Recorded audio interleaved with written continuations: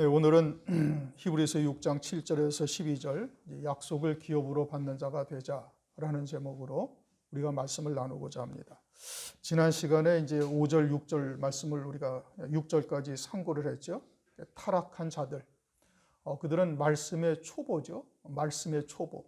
멜기세덱이 누군지도 잘 모르는 자들, 또 안다 할지라도 신앙의 열매를 그렇게 맺고 있지 못하는 자들, 그들은 이제 그렇게 한번 성령의 은사 또 빛의 비춤을 얻고도 타락한 자들은 다시 새롭게 하여 회개케 할 수가 없다. 이것은 장차 환난 날에 이와 같은 말씀의 초보들이 이제 짐승표를 받고 짐승을 경배하다가 영원한 멸망에 떨어질 것을 말씀하고 있는 것이고, 이제 7절은 이제 그에 반해서 오늘날은 아직까지도 은혜 시대이죠. 은혜 시대라 하나님의 뜻이 무엇인지를 깨닫고 얼마든지 돌이킬 수 있는 기회가 오늘날 있다 이겁니다. 일곱 금초대 교회, 요한계시록 2장 3장에도 보면 일곱 금초대 교회에 계속해서 하나님께서 책망, 권면 또는 칭찬도 하시죠. 책망하고 그렇게 말씀하시는 것은 듣고 돌이킬 수 있는 기회를 그들에게 주시는 거예요. 마찬가지로 오늘날도 은혜 시대이기 때문에 우리의 영이 깨어있는 자가 되어지면은 하나님께서 이와 같이 우리에게 깨닫게 하시고 돌이키시는 역사를 분별할 수가 있고, 그러할 때 돌이키는 자들에게는 하나님께서 이제 환난 날에 넉넉히 이기는 자가 되게 하시는 것이죠. 또 오늘날 우리가 이와 같이 하나님께서 땅 위에 자주 내리는 비를 우리가 무엇인지를 깨닫고 받는 자가 되어졌으면은, 그러면은 속히 은혜의 자리로 이제 밭을 가는 자들에게 합당한 채소를 내는 자가 되어야 되는 겁니다. 그렇게 돌이킬 기회를 우리들에게 주시는 것임을 말씀을 통해서 우리가 볼 수 있어야 되겠죠. 7절, 땅이 그 위에 자주 내리는 비를 흡수하여. 여기서 땅이라는 것은 하나님의 자녀들이죠. 마태복음 13장을 보면은 4가지의 밭이 있습니다. 길가 땅 또는 돌짝밭, 가시덤불 또는 좋은 밭, 좋은 땅. 그러니까 이것은 유대인들을 의미하는 것이고 하나님의 자녀들을 의미하는 거예요. 그래서 땅이 그 위에 자주 내리는 비를 흡수하여. 비라는 것은 하나님의 은총이죠. 신명기 32장 2절을 보면은 나의 교훈은 내리는 비요 나의 말은 맺히는 이슬이요. 그러니 하나님의 뜻이 무엇인지를 깨닫게 하시는 은혜가 땅 위에 내리는 비다, 이렇게 지금 말씀하고 있는 겁니다. 하나님께서 그의 백성들을 사랑하셔서 비를 내려주시는 거예요. 자주. 그러니까 하나님의 은혜를 우리에게 입혀 주시는 것이죠. 이게 말씀을 통해서 깨닫게 하고 돌이킬 수 있는 은혜를 우리에게 베풀어 주시는 겁니다. 땅이 그 위에 자주 내리는 비라는 의미는 이것이 이제 그 앞절과 지금 연관되어 있습니다. 여러분 성경에도 그렇게 기록되어 있는 것처럼 9절에 보면은 9절 그 첫머리에 동그라미가 딱 있죠. 이제 새로운 문장이 시작된다는 거예요. 그러면 지금 7절, 8절은 5절, 6절 말씀에서 계속 이어져 있다, 이 뜻인 겁니다. 내용이 연결되어져 있다, 이런 의미예요. 그러니까 5절, 6절은 하나님의 은혜를 체험하고도 그러고서도 타락한 자들, 예수 그리스도를 다시 현저히 십자가에 못 박는 자들에 대한 얘기고, 이들은 말씀의 초보, 육신이 훨씬 강해서 성령의 은혜 또는 하나님의 빛, 또 뭐 이와 같이 하나님의 은사, 하늘의 은사, 이런 것이 무엇인지를 아는 자임에도 불구하고 육신이 강해서 말씀의 초보에 머물러 더 이상 그 신앙이 자라지 아니한 자들, 이들이 결국은 환난 날에 이처럼 멸망하게 되어지고 세상으로 다시 나가게 되어질 것을 말씀하고 있어요. 그리고서는 거기에 이어져서 지금 7절이 같이 연하여 있는 겁니다. 그러니까 앞에 그와 같은 타락한 자들을 지금 이제 대비하면서 말씀하고 있는 것이죠. 5절, 6절은 다시 세상으로 돌아간 자들을 말하는 것이고, 이제 7절은 그에 반해서 그러한 세상으로 돌아가는 자들에게 하나님께서 이와 같이 자주 비를 내려주신다, 이 뜻인 겁니다. 자주 비를 내려주신다라는 것이 조금 전에 말씀드린 것처럼 하나님의 은혜, 하나님의 은총, 말씀을 통해서 깨닫게 하시는 것을 말하는 것이죠. 그러니 세상으로 발걸음을 자꾸 돌리는 자들에게 하나님께서 깨닫게 하시는 은총이 뭐냐? 그것은 징계와 채찍과 더불어서 하나님의 말씀을 그들에게 주시는 겁니다. 히브리서 12장 6절, 주께서 그 사랑하시는 자를 징계하시고 그 받으시는 아들들마다 채찍질 하심이니라. 그러니까 하나님의 신령한 은혜를 체험하고 성령에 참여한 바 되고 참 빛이 무엇인지를 받은 자들이 세상으로 그 발걸음을 옮기고 육에 치우쳐 살아가게 되어질 때 하나님께서 어떻게 하신다고요? 아들처럼 징계하신다 이겁니다. 책망과 징계를 하신다. 그래서 요한계시록 3장 19절에도 이렇게 말씀하시 무릇 내가 사랑하는 자를 책망하여 징계하노니 그러므로 네가 열심을 내라 회개하라. 그러니 그러한 하나님의 책망과 징계를 받을 때 이것이 하나님께서 우리를 사랑하사 바른 길 2절에서 그것을 완전한 데라 이렇게 말씀하고 있죠. 털을 다시 닦지 말고 완전한 데 나아가라. 그러니까 온전한 신앙의 자리로 우리를 인도하시는 역사라는 것을 깨닫는 겁니다. 어떻게 할 때? 내가 세상에 치우쳐서 육에 속해서 또는 말씀의 초보에서 벗어나지 못하고 세상에 치우쳐 나갈 때 하나님께서 징계와 책망을 통해 가지고 무엇으로? 하나님의 말씀을 통해서 또는 세상에 내게 주어진 환경을 통해서 그러할 때 이것이 하나님께서 나를 사랑하시는 역사요.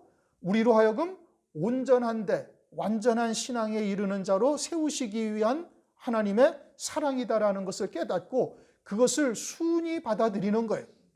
그것이 비를 흡수하는 땅이다 이겁니다. 그렇게 해서 밭가는 자들의 쓰기에 합당한 채수를 내면 하나님께 복을 받고 즉 징계와 채찍을 받을 때 그것이 하나님의 사랑이심을 알고 달게 받는 것이죠. 또 하나님의 뜻이 무엇인지를 깨닫고 그 발걸음을 하나님의 뜻과 하나가 되어 돌이키는 자가 되어야 되는 겁니다. 다시 말하면 회개하는 거죠. 그리고 열매를 맺는 자가 되는 겁니다. 그러면은 하나님께 복을 받는다 이렇게 지금 말씀하고 있어요. 그런즉 하나님께서는 맛을 잃은 소금을 사람들에게 밟히게 하십니다. 마태복음 5장 13절을 보면은 너희는 세상의 소금이니 소금이 만일 그 맛을 잃으면 무엇으로 짜게 하리요? 후에는 아무 쓸데없어 다만 밖에 버리워 사람에게 밟힐 뿐이니라. 소금의 짠맛이라는 것은 하늘 소망 가운데 믿음으로 사는 것을 의미하고 있어요. 소금이 맛을 잃으면 그건 아무짝에도 쓸모없죠. 그러니까 밖에 버리워서 사람들에게 밟히게 하신다. 그것은 사람들에게 수치와 모멸 또는 여러 가지 어려움을 겪게 하는 것이요. 그것은 하나님의 징계와 책망이신 겁니다. 그러면 그렇게 하나님의 징계와 책망, 즉 사람들에게 밟히는 것을 통해서 돌이키게 하시는 역사인 것이죠. 그처럼 맛을 잃으면 사람들에게 밟히는 고통을 통해서 회개케 하시는 역사를 하나님께서 이루는 겁니다. 물론 그와 같은 과정을 겪는 데는 우리는 뼈를 깎는 고통이 반드시 따르게 되죠. 그러나 그것을 믿음으로 이기는 것이 합당한 채수를 내는 겁니다. 이러한 일들이 나를 온전한 데, 완전한 데로 인도하시는 하나님의 역사인 것을 믿는 것이죠. 그래서 그 말씀 앞에 나를 복종시키며 하나님의 말씀에 순종하는 겁니다. 그러할 때 하나님께서 그것을 기쁘게 받으시고 그러한 길로 가는 자를 하나님께서 복을 주시리라고 말씀하고 있는 겁니다. 만일 가시와 엉겅퀴를 내면 버림을 당하고 가시와 엉겅퀴를 낸다는 것은 그러한 환경을 원망하고 불평하고 또는 낙심하고 절망하는 자가 되는 겁니다. 그것이 하나님의 사랑인데 육신적으로는 고통이요 고난이요 또는 연단, 쇠풀모와 같은 연단이라 할지라도 그것을 받는 것은 그것을 하나님께서 허용하신 것은 우리를 사랑하사 온전한 자로 세우시기 위한 하나님의 사랑인 겁니다. 그런데 그렇게 하나님의 사랑을 외면하고 진리의 사랑을 외면하고 원망하는 자, 이것은 가시와 엉겅퀴를 내는 자가 되는 것이죠. 욥의 아내가 그러했습니다. 욥기서 2장 9절 그 아내가 그에게 이르되 당신이 그래도 자기의 순전을 지키느냐? 하나님을 욕하고 죽으라. 고통이 더해지니까 욥이 자기의 재산을 다 잃어버리고 10 아들 딸들이 다 한꺼번에 죽임을 당했죠. 그런 후에 그 고통 가운데서 또 욥의 몸에 악창이 나는 거예요. 그러니까 욥의 아내가 이제는 더 이상 참을 수가 없어서 차라리 하나님을 욕하고 죽어버리라. 그리고서는 욥을 떠나버리죠. 그럼에도 불구하고 욥은 입술로 범죄치 아니하며 끝까지 인내하죠. 그리고 그 결과는 성경에서 갑절의 복을 욥에게 주신 것을 말씀하고 있는 겁니다. 이처럼 욥의 아내처럼 원망하고 불평하는 자, 광야 이스라엘 백성들이 그랬죠. 가나안 땅을 눈앞에 두고 그 가나안 땅으로 인도하고자 때로는 물 없는 곳으로, 때로는 험한 길로 인도하시는 역사를 그럴 때마다 원망하고 불평하고 낙심하고 다시 애굽으로 돌아가자 하던 이스라엘 백성들, 그들은 광야에 한 사람도 들어가지를 못했던 겁니다. 기업을 잊지 못하는 자가 된 것이죠. 버림을 당한 겁니다. 그러면은 저주함에 가까워 그 마지막은 불사름이 되리라. 저주를 받는다라는 뜻이 아니고 저주함에 가깝다 이겁니다. 마귀는 저주를 받은 자죠. 저주를 받은 자는 어디로 떨어져요? 지옥에 떨어진 겁니다. 그런데 여기서는 저주함에 가깝다라고 말씀하고 있는 거예요. 하나님의 생명을 가진 자들이 저주함에 가깝다라는 것은 음부에 떨어지거나 사망에 처해지는 경우를 말하고 있는 겁니다. 음부라는 곳은 이 땅에서의 신앙생활한 것이 다 불타 사라진 것을 말하고 있는 거예요. 고린도전서 3장을 보면은 우리가 그리스도의 터 위에 다 집을 짓는데 어떤 사람은 나무와 풀과 짚으로 짓고 어떤 사람은 금과 은과 보석으로 짓는데 이것이 하나님 나라에 들어갈 때 불과 같은 공력을 다 지나가야 되고 나무와 불과 짚으로 지은 자들은 그 불 가운데 다 불타 사라지고 겨우 구원, 생명만 구원받는다. 고린도전서 3장 15절 누구든지 공력이 불타면 해를 받으리니 그러나 자기는 구원을 얻되 불 가운데서 얻은 것 같으리라. 예수를 안 믿었거나 이런 것이 아니에요. 그리스도의 터 위에 집을 지은 자죠. 고린도전서 3장에서는. 그런데 이 땅에서 자기는 열심히 신앙생활하면서 집을 지었다 했는데 하나님 나라에 올라가 보니까 다 불타 사라진 거예요. 그리고서는 겨우 생명만 구원받았다 이겁니다. 그것은 지옥에 간다는 뜻이 아니죠. 이 땅에서의 모든 삶이 다 멸망이다 이 뜻이죠. 멸망. 그리고서는 어두운 데 쫓겨나가 슬피 울며 이를 갈미 있게 되는 것이죠. 이 음부인 겁니다. 이와 같은 곳에 떨어지게 된다. 그 저주함에 가깝다라는 것은 음부다 이겁니다. 저주를 받았다라는 것은 그건 지옥에 떨어진 것이고 음부라는 것도 지옥과 크게 다르지 아니하지만 그나마 그래도 생명은 구원받은 그래도 세세토록 슬피 울며 이를 갈미 있게 되어지는 이와 같은 곳이 음부죠. 그러니 그와 같은 곳에 떨어지게 되어질 것을 말씀하고 있는 것입니다. 9절 사랑하는 자들아, 여기서 사랑하는 자들이라는 것은 말씀의 초보에서 벗어난 자들이 하나님의 사랑을 입는 거예요.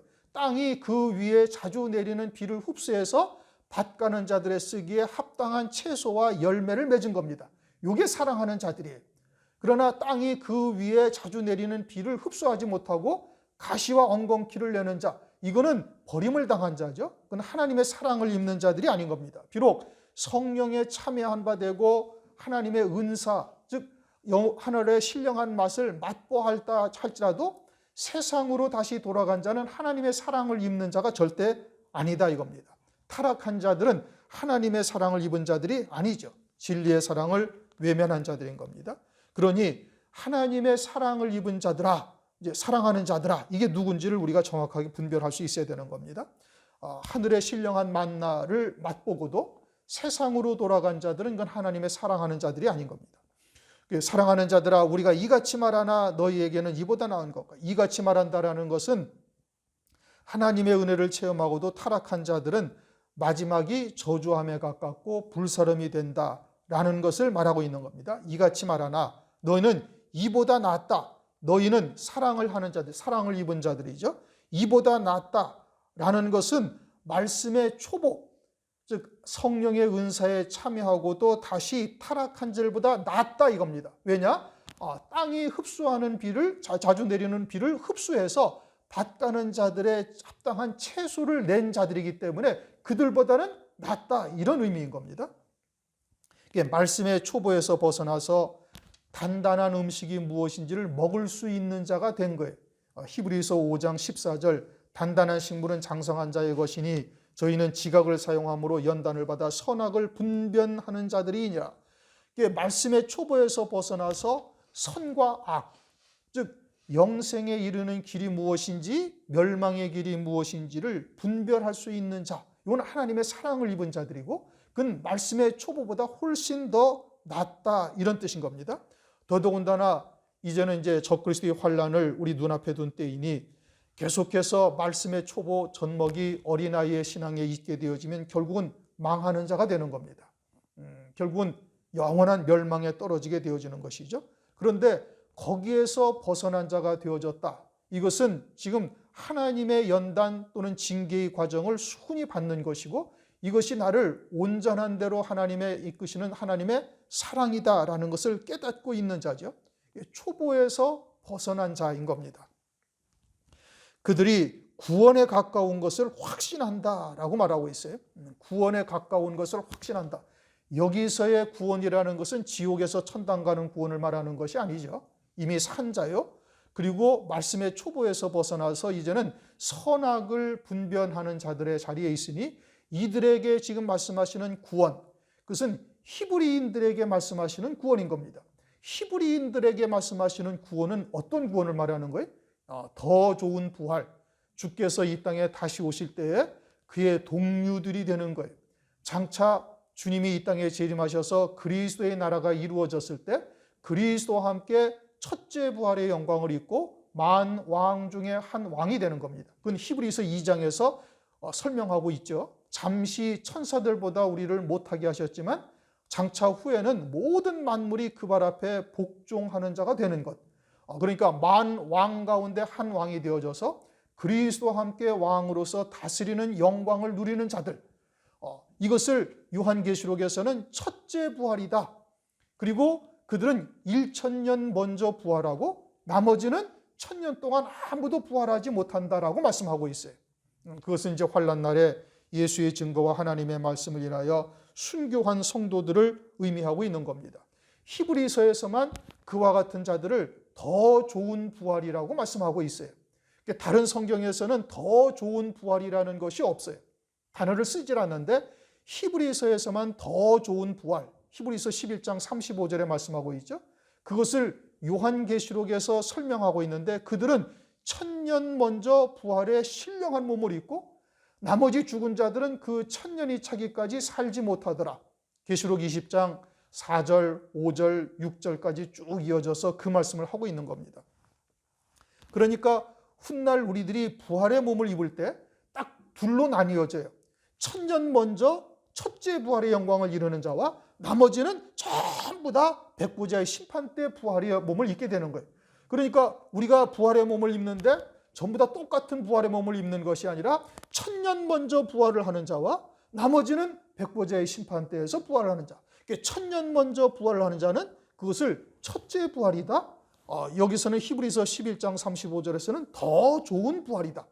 히브리서 12장 23절에서는 장자들의 총회라고 말씀하고 있어요. 그리고 나머지는 다 백보자의 심판 때에서 부활하는 거예요. 그것이 히브리인들에게만 하나님께서 깨닫게 하신 것이죠. 그러므로 우리가 히브리인으로서 요단강을 건넌 자요 거듭난 자가 되어져서 하나님의 말씀을 통해 하늘 세계가 보인다면 당연히 그 소망을 믿음으로 살아가는 자가 되는 거예요. 마태복음 13장을 보면은 천국에 대한 비유를 주님께서 하시면서 밭에 감추인 보화를 처음에 말씀하시고 그 다음에는 극히 값진 진주 하나를 만난 자를 천국의 보화로 비유로 말씀하고 있어요. 그러니까 거듭난 자가 되어져서 하나님의 나라의 구원의 세계가 보이는 자가 되어지면은 밭에 감추인 보화를 찾은 자가 되는 것이고, 그래서 하늘에 속한 자로서 하늘에 예비된 영광이 무엇인지를 찾아가다가 극히 값진 진주 하나를 딱 만나는 자가 반드시 된다는 뜻입니다. 그러니 히브리인 중에 히브리인이라는 것은 그와 같은 극히 값진 진주, 첫째 부활의 영광이 무엇인지를 깨닫는 자가 되는 것이고 그 구원에 가깝다라고 말씀하고 있는 거예요. 누구에게? 말씀의 초보에서 벗어난 자, 즉 단단한 식물을 먹고 지각을 사용함으로 연단을 받아서 선과 악이 무엇인지를 구별하는 자가 되어지면은 이제는 그 구원에 가까운 자가 되었다라는 것을 바울이 확신한다. 오늘날 우리들에게 주시는 말씀인 겁니다. 우리가 이처럼 단단한 식물을 먹고 연단을 받아서 선악을 분별하는 자들의 자리에 서 있어야 되는 거예요. 말씀의 초보, 그것은 거듭난 자요 성령에 참여한 바 되고 하늘의 신령한 은사를 맛봤다 할지라도 말씀의 초보에서 벗어나지 못하면 결국은 다 멸망하게 되어질 것을 성경에서 말씀하고 있는 겁니다. 마태복음 2장을 보면 헤롯 왕과 예수님이 이제 막 출생하셨을 때를 말씀하고 있죠. 그리고선 예수님을 애굽 땅으로 피신시키시고 난 이후에 헤롯 왕이 베들레헴 인근의 2살 이하의 사내 아이를 다 죽입니다. 그것은 장차 환난 날에 이 땅에 있을 일들을 말하는 거예요. 환난 날에 사내 아이라는 것은 아들의 신앙이요 하늘 소망 가운데 거듭난 자이지만 2살 이하라는 것은 아직 젖먹이 어린아이의 신앙이다, 이런 의미죠. 그들은 결국은 헤롯 왕에게 죽임을 당할 것을 말씀하고 있죠. 이것은 창세기 7장에서도 말씀하고 있는 겁니다. 창세기 7장에 노아의 홍수 때 홍수가 나니까 천하의 모든 산은 홍수물에 그냥 일시에 싹 덮여버려요. 그리고서는 물이 15규빗이 부르니까 15규빗이라는 것은 불과 7, 8m 정도의 높이인 겁니다. 그러자 또 산이 또 물에 잠기는 역사가 벌어지죠. 그 산은 무슨 산이냐? 앞에 홍수가 나자마자 물에 잠긴 산은 천하의 산이고, 나중에 물이 15규빗이 불어서 물에 잠긴 산은 그것은 천상의 산이에요. 하늘 위의 산이라는 것은 교회를 말하죠. 갈라디아서 4장에. 그러니 천상의 산이라 할지라도 젖먹이 낮은 어린아이의 신앙은 결국은 환난 날에 이처럼 죽임을 당하고 멸망당하게 될 것을 성경에서 말씀하고 있는 겁니다. 그러니 하나님의 사랑하는 자들은 누가 사랑하는 자들이에요? 말씀의 초보에서 벗어난 자들. 그들은 땅이 그 위에 자주 내리는 비를 흡수하여 밭가는 자들의 쓰기에 합당한 채소를 내고 있는 자들. 이들이 하나님의 사랑하는 자들이고, 그들은 그 하나님께서 말씀하시는 이 구원에 가깝다라고 지금 말씀하고 있는 겁니다. 10절, 하나님이 불의치 아니하시다라는 것은 하나님이 공의로우시다, 이런 의미인 겁니다. 하나님의 공의는 하나님께 대한 절대적인 명제입니다. 다시 말씀드려요. 하나님은 절대 공의로우시에요. 그러니까 이 땅에서 소자에게 냉수 한 그릇 준 것까지도 하늘나라에서는 결코 하나님이 잊어버리지 아니하시고 다 갚아주신다. 그것은 하나님이 절대적으로 공의로우시다라는 것이에요. 그 하나님의 심판이 그러하시니 우리가 이 땅에서 믿음으로 살아갈 수가 있는 겁니다. 그러니 이 땅에서 우리가 그와 같이 믿음을 쫓아 하나님께서 징계와 채찍, 책망하시는 것을 수군히 받고 이것이 나로 온전한 대로 이끄시는 하나님의 사랑이라는 것을 깨닫고 믿음으로 사는 자들에게 반드시 그와 같은 하나님의 은혜를 우리에게 베풀어 주신다는 뜻입니다. 하나님은 불의치 아니하시다. 이거는 하나님께 대한 절대적인 명제예요. 이것은 우리가 조금도 의심해서는 안 되는 것이고, 그것은 성경에서 창세기로부터 계속 증거하고 계시는 거예요. 의인이 반드시 하나님께 복을 받고 영광을 누리게 되어질 것을, 하늘에서 복을 받고 영광을 누리게 되어질 것을 성경은 계속해서 강조하고 있고, 그 의인들의 삶을 성경에 기록하면서 우리들에게 권면하고 계시는 겁니다. 하나님은 불의하지 아니하시다. 그래서 너희 행위를 다 아신다, 이겁니다. 너희 행위. 어떤 행위요? 믿음으로 말미암아 난 행위를 말하는 거예요. 그 행위라는 것은 그저 사람의 의로 행하는 것도 있습니다. 그것은 성경에서 외식이다, 이렇게 말하고 있죠. 먼저 하나님의 뜻이 무엇인지를 깨닫고 우리의 마음과 생각이 하나님의 뜻과 일치를 이루고, 그래서 그 삶이 말씀과 하나가 되어져서 나타나는 믿음의 열매인지 아니면은 그저 외식하는 신앙인지, 이것을 하나님이 너희 행위를 다 아신다, 이런 의미죠. 하나님은 불의치 아니하사 너희 행위와 그의 이름을 위하여 나타낸 사랑으로 이미 성도를 섬긴 것과 이제도 섬기는 것을 잊어버리지 아니하고 아시느니라. 우리의 행위가 어떠한 행위인지를 아신다, 이겁니다. 바리새인처럼 외식하는 신앙으로 그저 자기의 의, 사람의 의를 쫓아 행한 것인지, 아니면은 그 중심이 하나님의 말씀과 하나가 되어져서 믿음으로 나타난 열매인지를 안다, 이겁니다. 야고보서 2장을 가면은 17절에 행함이 없는 믿음은 죽은 믿음이다, 이렇게 말씀하셔요. 다시 말하면 우리가 즉 우리가 믿음으로 산다라는 것은, 그 믿음으로 산다라는 것은 말씀과 하나가 되어져서 삶을 사는 것이고, 그것은 반드시 열매로 나타나게 되어져 있는 거예요. 그러니 믿음이라는 것은 그저 지식으로 갖는 것이 아니고, 그것은 우리의 삶에 그와 같은 열매가 반드시 나타나야만 그것이 온전한 믿음이다. 야고보서에 주장하는 말씀하시는 것이 그겁니다. 그러니 내가 주님을 사랑한다? 내가 하나님의 말씀을 믿는다? 그러면 그 말씀을 믿는 믿음으로 사는 삶이 반드시 우리의 삶 가운데 나타나야 되는 거예요. 교회를 통해서 또는 우리의 삶을 통해서 나타나야 되는 것이죠. 그것이 바리새인들도 또 물론 나타나죠. 그러나 바리새인들은 자기가 하나님의 말씀을 쫓아가는 것이지 하나님의 말씀과 하나 되어져서 나타나는 삶이 아니에요. 사람의 의다. 성경은 그것을 그렇게 말씀하시죠. 그러니 사람의 의, 행함의 도를 쫓아 살고 있는 것인지 아니면 믿음으로 말미암아 난 행위인지 하나님께서 그것을 다 분별하시고 아신다 이겁니다. 또 그의 이름을 위하여 나타낸 사랑으로 이미 성도를 섬긴 것과 그의 이름을 위하여 나타낸 사랑이라는 것은 하나님의 이름을 위하여 나타낸 사랑, 그것은 하나님의 사랑으로 사랑한 겁니다. 인간의 사랑 또는 세상의 사랑이 아니라 진리의 사랑이요 영원한 사랑으로 사랑하는 사랑을 말하는 거예요. 요한복음 13장 34절에서도 주님이 말씀하시죠. 내가 너희를 사랑한 것 같이 너희도 서로 사랑하라. 그럼 주님이 우리를 사랑하신 사랑은 뭐죠? 그는 영원한 사랑을 말씀하고 있는 겁니다. 진리의 사랑, 하나님 나라에서의 영생의 복을 받게 하시기 위한 사랑을 우리에게 베풀어 주신 것이죠. 그러니 우리도 그러한 하나님의 사랑으로 성도를 섬긴 것이어야 되는 거예요.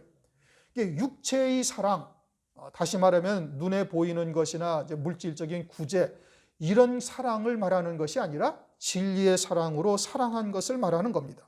그렇게 영원한 사랑으로 성도를 섬긴 것을 아신다 이겁니다. 이제까지 섬긴 것도 아시고 또 이제도 섬기는 것을 잊어버리지 아니하시느니라. 이제도 섬기는 것이라는 것은 지금도 어제와 같이 동일한 사랑으로 오늘도 사랑하고 있다 이런 뜻인 겁니다. 우리의 신앙은 과거에 내가 어떠했느냐가 중요한 것이 아니고 지금 이 순간 내가 어떠한 신앙의 자리에 서 있느냐 이게 중요한 겁니다. 그러니까 이전에도 당연히 하나님의 진리의 사랑으로 우리가 사랑을 해야 될 뿐 아니라 지금 현재도 그 사랑으로 사랑을 하고 있어야 되는 거예요. 아유, 우리도 옛날에는 다 해봤어. 이것은 절대 하나님이 누구신지를 제대로 깨닫고 있지를 못하는 겁니다. 에스겔서 3장 20절 또 의인이 그 의에서 돌이켜 악을 행할 때에는 이미 행한 그 의는 기억할 바 아니라. 과거에는 열심히 주를 위해서 헌신하고 봉사하고 희생하고 사랑을 했는데 지금은 이제 뭐 해봐도 별로 큰 이득도 없고 뭐 기쁨도 없고 뭐 그래가지고 요즘은 잠자는 신앙이 되어졌다면 그러면은 과거에 했던 것들은 하나님께서 기억하지 않으신다는 거예요. 의인이 그 의에서 돌이켜 악을 행하게 되어지면 그 이전에 행했던 의는 하나님이 기억할 바가 아니다. 그러니 신앙은 지금 현재 내 신앙의 위치가 어디냐 이게 중요한 거예요.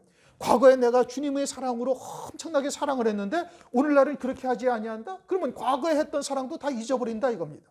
그러니 이전에도 우리가 그렇게 사랑을 했어야 되는 것이고 오늘 지금 이 순간도 하나님의 진리의 사랑으로 그러한 사랑을 베푸는 자가 되어진다면은 그러면 하나님께서 결단코 잊어버리지 아니하신다. 10절 말씀이 그겁니다. 11절 우리가 간절히 원하는 것은 너희 각 사람이 동일한 부지런을 나타내어 너희 각 사람이 동일한 부지런을 나타낸다라는 것은 믿음의 행위와 하나님의 사랑으로 성도를 섬기는 것. 이제 10절에서 말씀하신 것을 말하고 있는 겁니다. 그래서 동일한 부지런을 나타내어서 끝까지 소망의 풍성함에 이르러 끝까지 소망의 풍성함에 이르러야 된다. 그러니까 매 순간순간을 그와 같은 하나님의 사랑과 믿음 안에서 살아가면서 그러한 믿음의 행위가 우리의 삶에 매 순간순간 나타나서 어디까지 이르러야 된다는 거예요? 끝까지 이르러야 된다는 얘기예요. 끝까지 이르러야 된다는 얘기를 지금 히브리서 6장까지 왔는데 벌써 여러 차례 말씀합니다. 히브리서 3장에도 말씀하고 있죠. 우리가 소망의 담대함과 자랑을 끝까지 견고히 잡으면 그의 집이라. 히브리서 3장 14절 우리가 시작할 때 확실한 것을 끝까지 견고히 잡으면 그리스도와 함께 참여한 자가 되리라. 여기서도 끝까지 소망의 풍성함에 이르러 이 끝까지를 계속 강조하는 것은 지난번에도 말씀하신 것처럼 그것을 회방하고 미혹하는 역사가 계속 있고 그러한 것을 끝까지 인내하며 참아야 될 것을 말씀하고 있는 겁니다. 믿음으로 산다는 것은 우리의 손에 만져지는 것이 아니에요. 느껴지는 것이 아니다 이겁니다. 믿음으로 산다라는 것은 보이지 아니하는 소망을 바라보면서 사는 거예요. 그러니까 그것은 우리의 인내가 반드시 수반되어져야 되는 겁니다. 그러니 믿음으로 사는 자는 인내하고 또 인내하는데 어디까지 인내해야 되는가? 그 언약하신 말씀이 이루기까지 인내해야 되는 거예요. 야고보서 1장 4절 인내를 온전히 이루라. 이는 너희로 온전하고 구비하여 조금도 부족함이 없게 하려 함이라. 야고보서 5장 7절 그러므로 형제들아 주의 강림이 하시기까지 길이 참으라. 보라 농부가 땅에서 나는 귀한 열매를 바라고 길이 참아 이른 비와 늦은 비를 기다리라니 너희도 길이 참고 마음을 굳게 하라. 주의 강림하심이 가까우시니라. 하나님은 신실하시다라고 말씀하고 있어요. 그러므로 우리가 하나님의 언약의 말씀을 믿고 오래 참으며 끝까지 인내하는 자가 되어지면 하나님께서는 반드시 그 언약하신 말씀대로 이루시는 겁니다. 그러니 끝까지 남은 자가 되어져야 된다. 성경에서 계속 강조하고 있죠. 그러면서 이제 12절 게으르지 아니하고 게으르다라는 것은 일하지 아니한다 이런 뜻입니다. 일하지 아니하는 자가 게으른 자죠. 그러면 교회에서의 일이라는 것이 무엇이냐? 교회 청소하고 전도하고 헌신하는 것. 물론 그것도 일이죠. 그러나 그것은 지금 겉으로 나타난 것이고 하나님은 지금 그 내면의 세계를 말씀하고 있는 거예요. 다시 말하면 영원한 생명의 차원에서의 일하는 것에 게으른 것을 말하고 있다 이 뜻입니다. 그러면 영원한 세계에서의 일, 그러한 생명의 시각에서의 일이라는 것이 뭐냐? 그것은 요한복음 6장 28절 29절에 말씀하십니다. 저희가 묻되 우리가 어떻게 하여야 하나님의 일을 하오리까? 예수께서 대답하여 가라사대 하나님의 보내신 자를 믿는 것이 하나님의 일이니라. 지금 영적인 차원에서의 일이라는 것은 예수 그리스도를 믿는 것이 하나님의 일이다 이렇게 말씀하셔요. 아니 그러면은 교회 나오는 사람치고 예수 그리스도를 믿지 아니하는 자가 어디 있어요? 다 예수님이 그리스도라는 것을 믿고 교회에 나와서 신앙 고백을 하고 그리고서 예배를 드리는 것 아니겠습니까? 그런데 하나님의 일은 뭐냐? 하나님이 보내신 자를 믿는 것이다 이겁니다. 그러면은 하나님의 보내신 자 성자 하나님은 말씀이 육신을 입고 오신 분입니다. 성육신이다 이렇게 말씀하시죠. 말씀이 육신을 입고 오신 분이 그리스도이신 거예요. 그러니까 그리스도를 믿는다라는 것은 하나님의 말씀을 믿는 것이고 하나님의 말씀을 믿는 일에 게으르다라는 것은 하나님의 말씀, 하나님의 뜻이 무엇인지를 더 구체적으로 깨달아가고 하나님의 뜻을 더욱더 확실하게 알고 그래서 진리가 무엇인지를 말씀을 통해서 자꾸 찾아가는 자가 되어야 되는 거예요. 그러지 아니하면 그것이 뭐다? 그게 게으른 자다 이겁니다. 성경은 하나님의 말씀이고 하나님 나라에서 이루시는 구원의 세계를 우리에게 보여주시고 있는 겁니다. 그런데 하나님의 나라, 하나님을 우리가 다 알 수가 있어요? 다 모르는 거예요. 그런데 우리가 이 땅에서 신앙생활하는 것은 로마서 8장 29절에 그리스도의 형상으로 세워져 가는 거예요. 그럼 어떻게 그리스도의 형상으로 세워져 가요? 그것은 하나님의 나라에서 이루시는 구원의 세계, 다시 말하면 하나님의 말씀을 통해서 하나님의 뜻을 깨닫고 그 뜻에 더 깊은 진리의 세계에 들어가서 젖먹이의 신앙에서 자녀, 자녀의 신앙에서 청년, 청년의 신앙에서 아비, 늙은이, 장로와 같은 신앙에까지 이르도록 자라나가는 거예요. 그러니까 골로새서 1장 6절에서도 말씀하시기를 참으로 은혜를 깨달은 날로부터 너희가 열매를 맺어 자라는도다. 이게 자라가야 되는 거예요. 그럼 어떻게 자라가죠? 말씀을 통해서 자라가는 거예요. 하나님의 뜻이 무엇인지를 깨달아가서 그 말씀을 통해서 연단을 받고 처음에는 젖먹이의 신앙에 있다가 점진적으로 자라가서 단단한 음식도 먹는 거예요. 단단한 음식도 먹어서 하나님의 시각에서의 선과 악이 무엇인지를 분별하는 자가 되는 거예요. 그래서 때로는 육체적으로 고통이 다가오고 때로는 막 쇠풀무와 같은 연단 또는 불같은 시련이 우리에게 다가온다 할지라도 이것이 나로 온전케 하시는 하나님의 역사라는 것을 깨닫고 믿음으로 받는 거예요. 순종하는 거예요. 원망하거나 불평하지 아니하고 도리어 그 안에서 하나님의 뜻이 무엇인지를 찾아가는 자. 이렇게 자라가야 된다는 말씀이에요. 그래 장성한 분량에 이른 자가 되어지면 어떻게? 이제 세상도 다 십자가에 못 박아버리고 자신의 육신의 목숨까지도 주님의 나라를 위해서 기꺼이 버릴 권세로 버리는 자에까지 자라가는 자가 되어야 되는 거예요. 그게 장성한 자죠. 그것은 무엇을 통해서 우리가 알 수가 있어요? 말씀을 통해서 깨달아갈 수가 있는 거예요. 그런데 말씀을 알기에 게으르다 이겁니다. 그냥 자기의 신앙은 이 정도면 됐다. 스스로 만족하는 거예요. 그건 자기의 의죠. 바리새인인 겁니다. 오늘날 교회에 그런 신앙을 가진 사람들이 상당히 많습니다. 자기 혼자 스스로 경건 생활하면서 자기는 그것이 의롭다고 만족하는 거예요. 젖먹이요 초보죠. 하나님이 누구신지를 제대로 모르는 거예요. 말씀의 깊이가 얼마나 깊고 오묘한지를 전혀 깨닫고 있지를 못하는 거예요. 성경을 누가 다 알아요? 하나님을 누가 다 알아요? 그러면 하나님의 말씀을 부단히 보고 먼저 깨달은 자로부터 하나님의 뜻이 무엇인지를 말씀을 통해서 배우고 그리고 자신의 생각을 그 말씀에 일치시키면서 한 걸음씩 한 걸음씩 다가가야 되는 것이죠. 그게 게으르지 아니한 자예요. 게으른 자는 그러한 일을 하지 아니하는 거예요. 그냥 스스로 나는 경건 생활을 해. 주일 예배 철저히 드리고 교회 나가서 신앙생활하고 새벽기도하고 그리고 헌금 헌신 뭐 다 해. 그러니까 이만하면 됐어 라고 생각을 하는 자, 이게 게으른 자인 겁니다. 남들이 보기에는 훌륭한 신앙이다라고 칭찬할 수 있을지 모르지만 하나님이 보시기에는 하나님을 알기에 게으른 자예요. 예수 그리스도가 누구인지 알기에 게으른 자예요. 진리가 무엇인지를 알기에 게으른 자예요. 그러니까 관심이 없어요. 진리가 무엇인지를 관심이 없어요. 그냥 내 나름대로 신앙생활하는 것으로 자기는 자족하고 있는 게 만족하고 있는 거예요. 이게 하나님이 보시기에는 아주 게으른 자가 되는 겁니다. 왜냐? 육에 속하여 있기 때문에 그러는 거예요.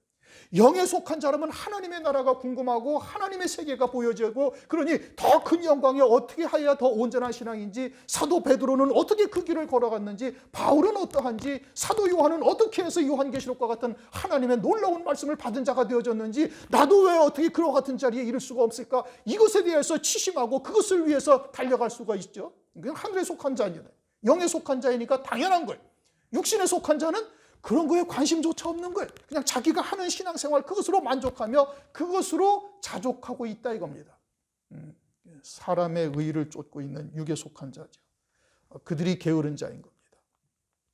이게 세상에서 보는 시각, 일반적인 시각에서 바라보는 신앙생활과는 전혀 다른 겁니다.